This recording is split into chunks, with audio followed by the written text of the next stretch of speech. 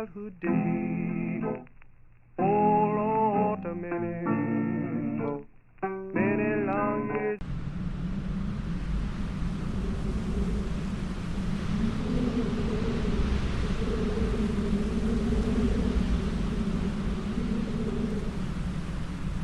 Welcome to Fearful Symmetry.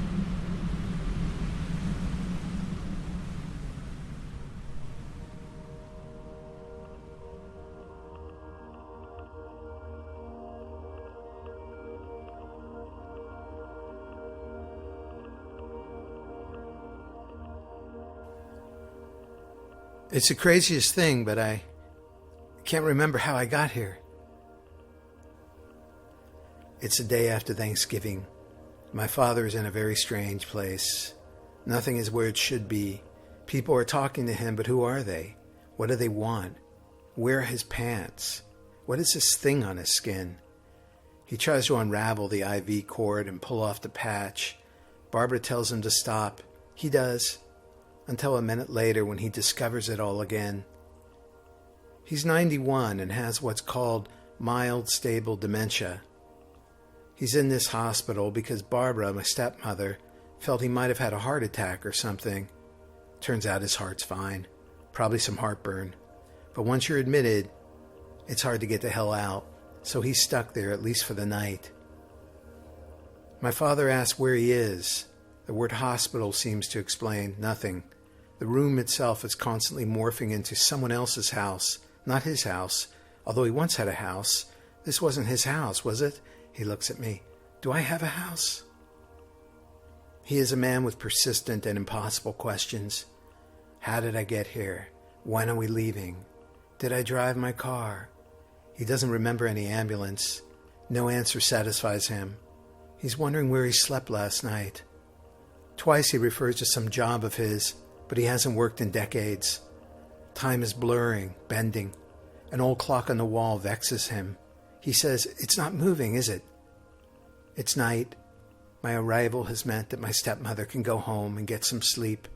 They live in a house not far away in a gated community outside Fort Lauderdale. Now she's gone and he can't understand where she went. He's worried about her disappearance. After a while, he remembers something and explains to me that she must have left to take care of some child. He can't quite remember the name. Some 8 or 9-year-old kid that of course she just can't leave alone in the house. I have no idea what child he's imagining. Just then he manages to pull out the IV, leaving a bloody wound and new confusion. It takes me a while just to find someone who might come in and replace it. The halls of the hospital are unreal in the evening hours, dreary and dreamlike. There's something going on within each room, and it doesn't look good. When the nurse finally comes much later, she doesn't disguise her irritation with my father. He doesn't seem to notice. Soon he asks me again where Barbara is. His agitation comes in waves, but the waves are getting higher. I say she'll be returning soon enough, that maybe he should get some sleep. He says he hopes so, but you could see he's afraid she's genuinely gone, that she might be hurt or something. He can't sleep. He's stuck in the middle of a terrible puzzle. At one point he says, "It's getting scary." I feel that way too.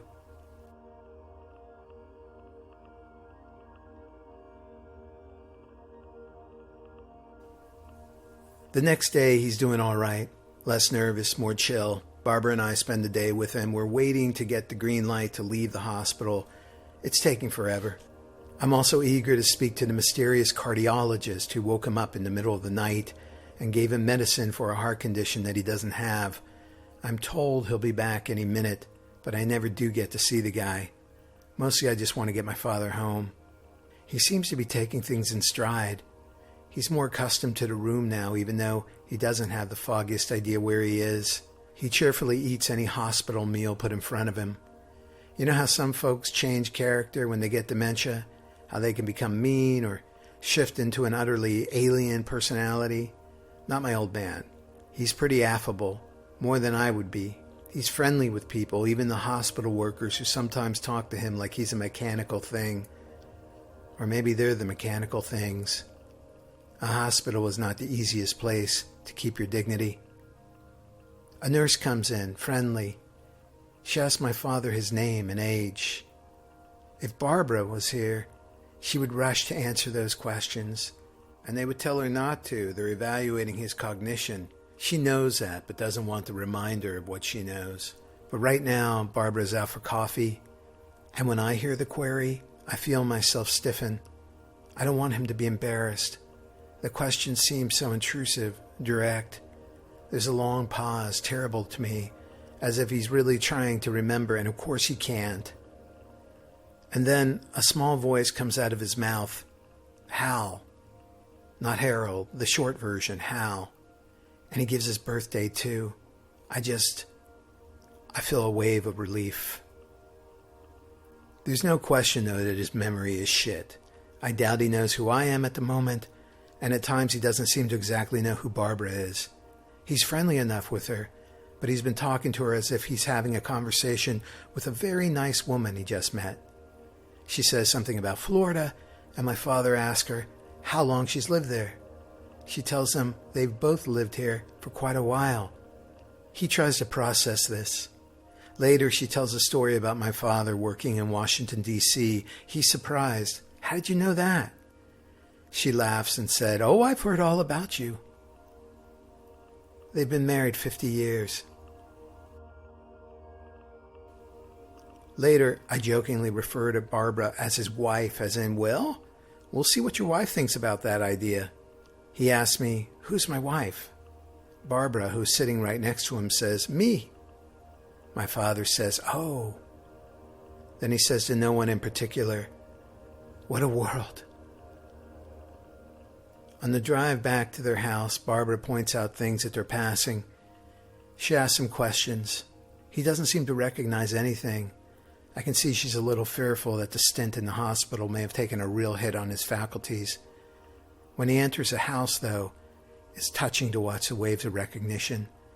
You can see his growing delight as he sees and acknowledges one familiar thing, then another, each sight like a gift he's been given that he had totally forgotten about. He's home, even if he doesn't quite know that.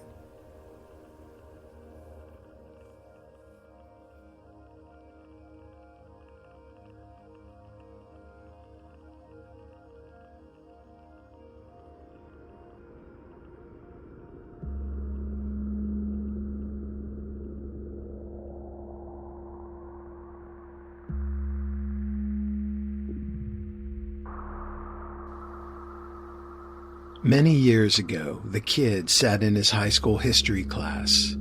A topic was being debated. It is 1945, and you are President Harry Truman. Do you drop the bomb? Do you drop an atomic bomb on Hiroshima, Japan? Do you drop an atomic bomb on the men, women, and children of Hiroshima? The kid already knew a little something about the effects of that bomb. Some 80,000 humans killed that day, injuries and radiation sickness eventually killing another 60,000. He saw images of the city leveled, charred, corpses seared into the ground, children burnt and disfigured. But was dropping the bomb the right thing to do? This was apparently the historic question. There was some disagreement about the matter. Certain experts claim that the bombing saved huge numbers of American soldiers. It was the only way to end the war quickly. The Japanese were aggressors. They would never surrender. Other experts argued that it was unnecessary. There were alternatives. Japan was already defeated and poised to surrender. The victims were mostly civilians. Some even asserted that the atomic bombing of Hiroshima and the one 3 days later on Nagasaki really served as a warning to the next enemy on the horizon, the Russians, to back off. The kid didn't know all the historic truth that day in the classroom. He doesn't know it today. But a simple, penetrating idea began to take shape in his mind. This idea, the mass murder of innocent people, can never be justified. And so he led the debate against the bombing. Not that anyone really cared. His high school history class was filled with the typical array of slackers, jocks, misfits. Few gave a damn about this subject or any other. But he remembers that a girl arguing for the bombing appealed to their patriotism. "We are Americans, aren't we?" We were. And when the vote was taken, the class always took a vote at the end of these things, the kids' view did not prevail. In fact, the class vote was nearly unanimous. The bomb on Hiroshima dropped again.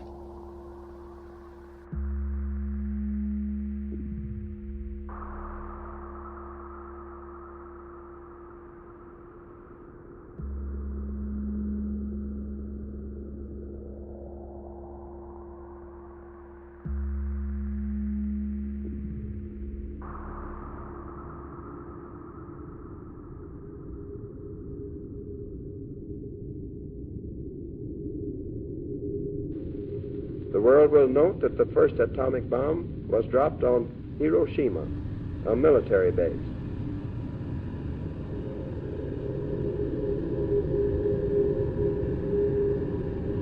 That was because we wished in the first attack to avoid, insofar as possible, the killing of civilians. But that attack is only a warning of things to come.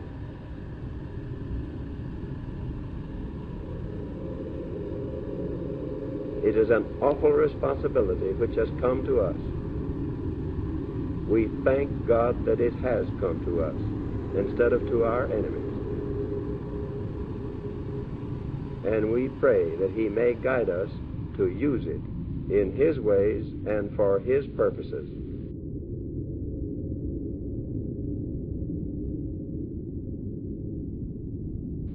From Tehran and the Crimea, from San Francisco and Berlin, we shall continue to march together to a lasting peace and a happy world.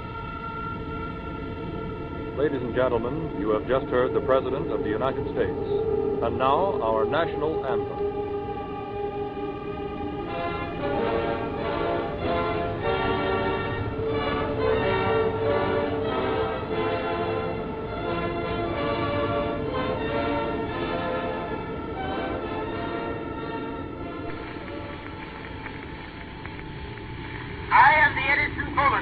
Created by the great wizard of the New World to delight those who would have melody or be amused. I can sing you tender songs of love. I can give you merry tales and joyous laughter. I can transport you to the realms of music. I can cause you to join in the rhythmic dance. I can lull the babes to sweet repose or waken in the aged heart soft memories of youthful days. No matter what may be your mood, I am always ready.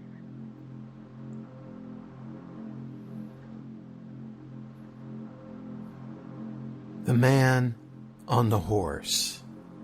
All over the world you can find statues of generals and kings and conquerors, each in heroic pose atop their mighty steed.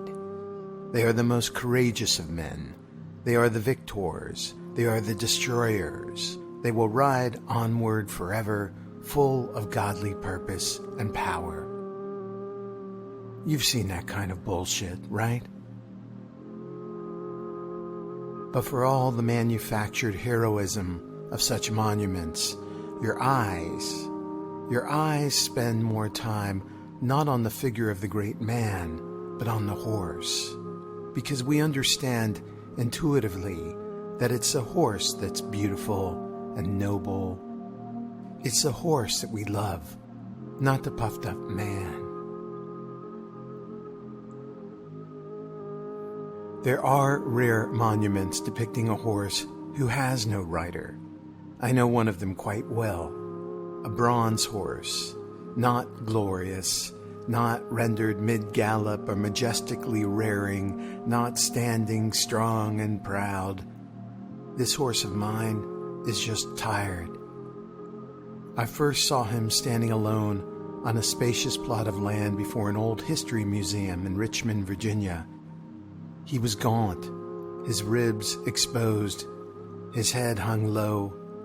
He had no rider, but you could feel a certain burden, a weight that he still endured. They called him the war horse. The inscription on his pedestal read, "In memory of the 1.5 million horses and mules of the Confederate and Union armies who were killed, were wounded, or died from disease in the Civil War."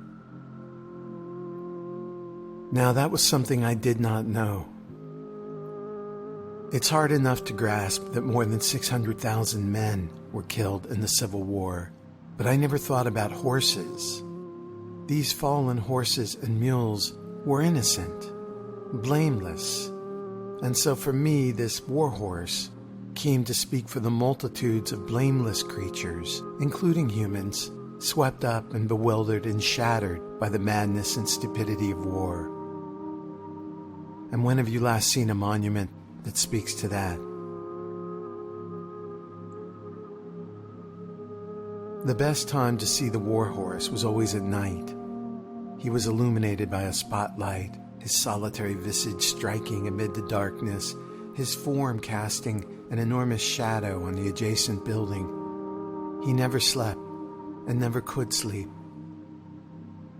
And then, at some point, someone must have tagged the sculpture with graffiti. One day I saw that my horse was now enclosed by dark metal bars. Now the war horse seemed not only lonesome and exhausted, but imprisoned in a kind of cage. And when you walked up close and looked between the bars, you began to understand something of his fate. I felt for that horse, standing alone, saddled with the heavy weight of history. Once I returned from a long trip to find that the war horse was gone. The museum, as it turns out, had removed the horse from its plinth and moved it to a place obscured from the street, to the side of the building, closer to the new entrance. It was freed from the iron bars, but now trapped in a setting excruciatingly banal. It stood next to a parking garage on one side, a parking lot on the other, cramped midway between some steps and a wheelchair ramp. This new placement felt degrading, diminishing, as if the statue was just another object that might be given a glance when entering or leaving the building. There was no longer a proper space to consider the horse, no space to hear what he was saying, nor was the war horse sculpture a monument any longer, standing open in the community, seen by thousands of people passing every day. And I noticed that the museum had changed something else too. When they transferred the words of the old inscription onto a nearby sign, they gave the statue a new title, Bridled Veterans. Bridled Veterans. Yes, these horses of war were courageous soldiers who rushed to enlist in the noble cause, full of furious hatred for the enemy, four-legged warriors who whistled battle hymns through their bloody nostrils and charged on command into the murderous fray, gladly sacrificing their lives for the eternal glory of their two-legged masters. Bridled veterans. This is a sentimentality and romantic propaganda long spun by lovers of war. The reality is much more plain. The horses were slaves, used by men in the service of killing other men. And so the war horse stands, weary, exhausted, ignored, but still bearing witness to what men are and what they do.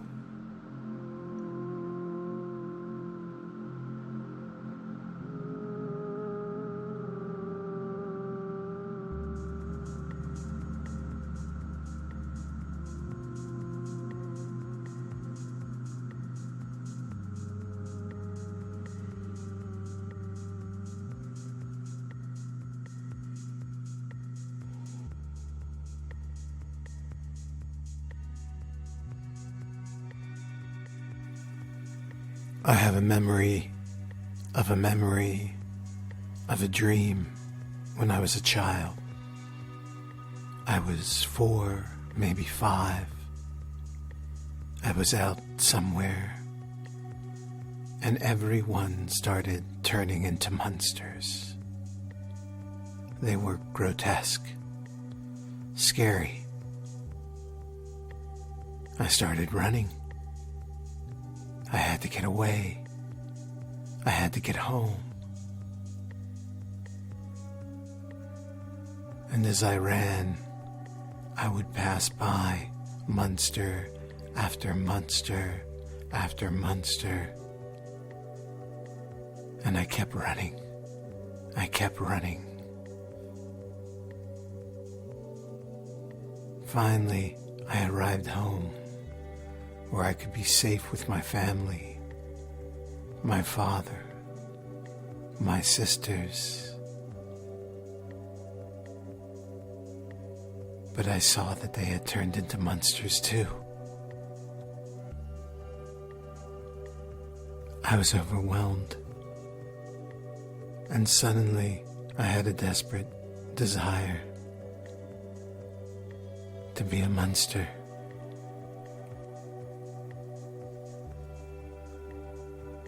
I just wanted to be a monster.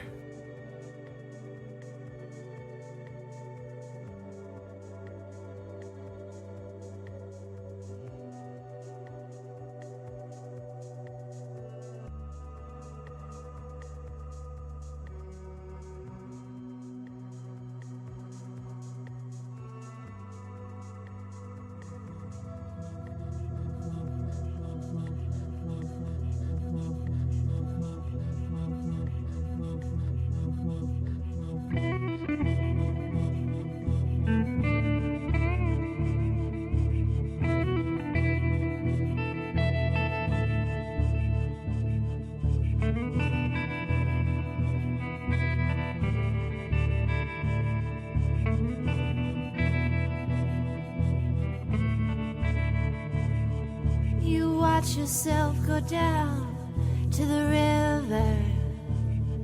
You wash yourself, you steam away the skin. Oh, you drink all the water from the silver, the cup of life you swallow to begin. And fall is come, it smells like a sweater. The sun is broke, the harvest time within, and all these chapters, well, they make you feel like a writer, while flowers hold the burden of your sin. And mirrors cannot reveal. This episode of Fearful Symmetry, Monsters, featured true stories written, produced, and performed by Bob Paris. Music and sound art came from the Trumpeteers, Travis Austin, Nathan Halverson, MFP, Daniel Birch, Loyalty Freak Music, and Raw Kinder. For more information, please go to fearfulsymmetry.org.